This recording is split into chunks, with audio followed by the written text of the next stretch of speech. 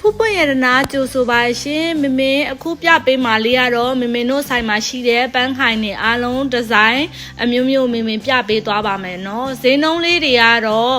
တစ်ခိုင်မှာ2,3500ကျပ်တန်ရှိမယ်3,1000နဲ့9,000ခွဲတန်9,800နဲ့9,200နဲ့6,200နဲ့9,800နဲ့ဆိုပြီးတော့ဈေးနှုန်းအစားစားရှိပါရှင်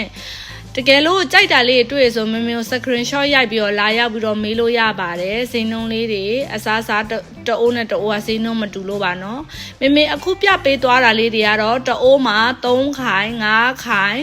1ခိုင်2ခိုင်အစားစားရှိပါတယ်နော်ရတနာမညိုးပန်းလေးတွေအားလုံးတစ်မျိုးနဲ့တစ်မျိုးဟာဒီဇိုင်းချင်းမတူဘူးအလှချင်းကလည်းမတူဘူးကိုစိတ်ကြားရွေးချယ်ပြီးတော့ဝယ်ယူနိုင်ပါတယ်နော်ပလဲလေးတွေဆိုရင်လည်းမွေးပလဲအစ်စ်လေးတွေပါစလင်းရွှေမြင်ရွှေလာငွေလာကြောက်လေးရဆိုရင်လည်းတဘာဝကြောက်သားလေးတွေနဲ့လှုပ်ထားတဲ့ရတနာမညိုးပန်းလေးတွေပါရှင်ပလဲလေးတွေဆိုလို့ရှိရင်လည်းအစားစားရှိပါတယ်တစ်ခိုင်9,800နဲ့6,200နဲ့9,800နဲ့3,1000နဲ့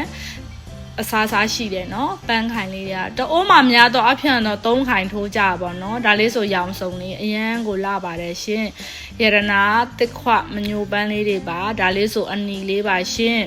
အနီအစိမ့်ပလဲနဲ့ထိတ်မှာအနီလေးနဲ့၄မျိုးရှိပါမယ်เนาะရှယ်လေးတွေကတော့ပန်းခိုင်လေးတွေရဲ့အရှည်ကတပေနဲ့6လက်မရှိပါစေ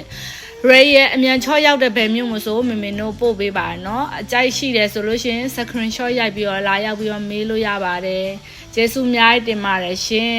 မမေတို့ဆိုင်ကရန်ကုန်မှာရှိပါတယ်เนาะဖုန်းဆက်ပြီးတော့ဝယ်ယူအားပေးနိုင်ပါတယ်ကျေးဇူးပါ